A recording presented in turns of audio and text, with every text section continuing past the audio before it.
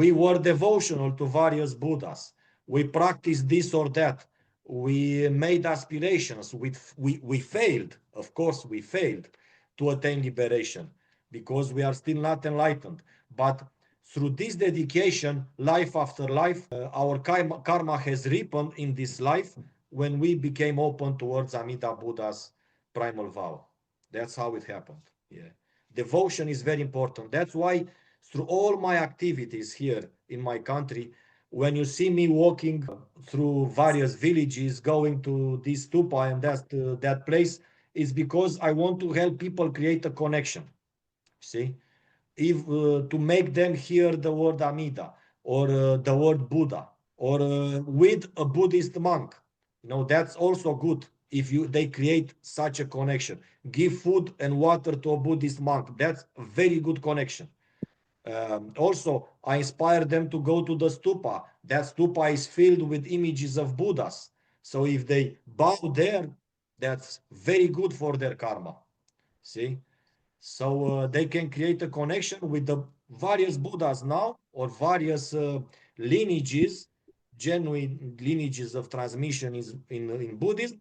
And later they will reach Amida when they are ready. And by walking to a stupa, for example, which is a Tibetan stupa, of course I say the Nembutsu.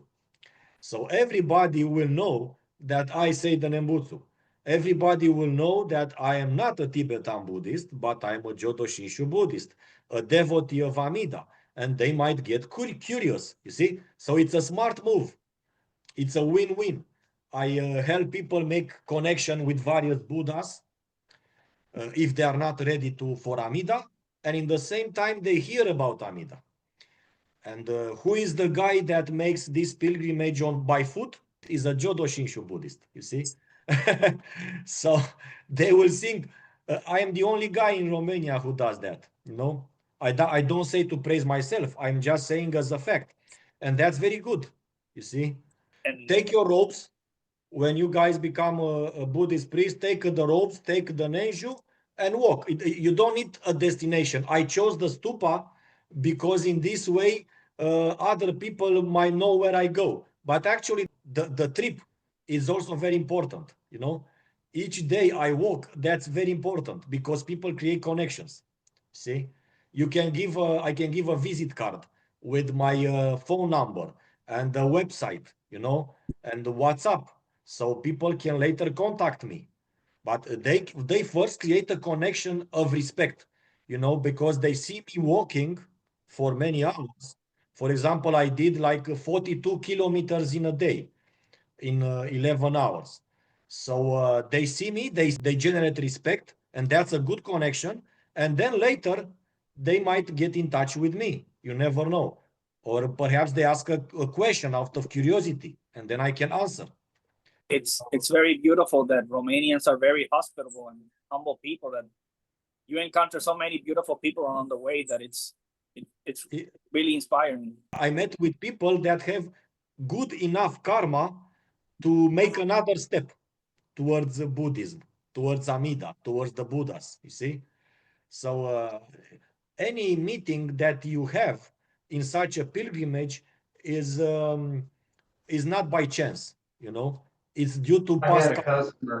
I had a customer come in and I walk with these beads before I go to work and on the way home to work, and on my days off, I walk all around my area.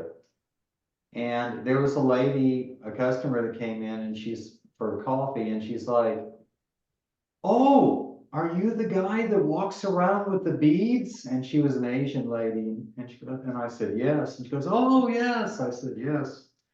That's good. That's awesome. And I was at the Asian Mart, 99 Ranch, getting some stuff, and the cashier, she saw my prayer beads. This is before I started my shift at work, and I wear my prayer beads around my uniform clothes. I mean, I don't wear it on the floor at work, but I have them in my pocket where I can feel them. And she goes, oh, oh, I see your beads. And I said, yes, Ami Tofo. And she was Chinese. And she goes, oh, Ami Tofo. Wonderful. And that connection is so beautiful.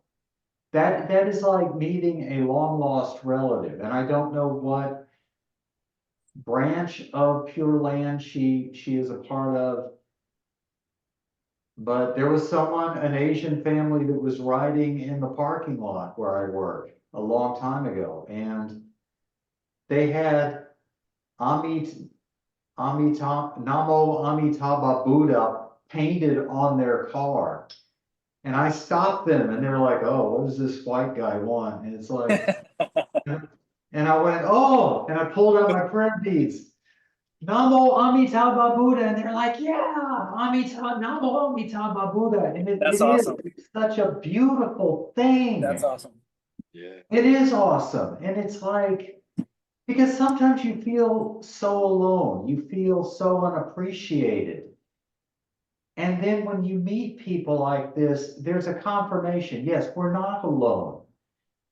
You know, we're here with other devotees who take the Dharma seriously, who love Amitabha Buddha.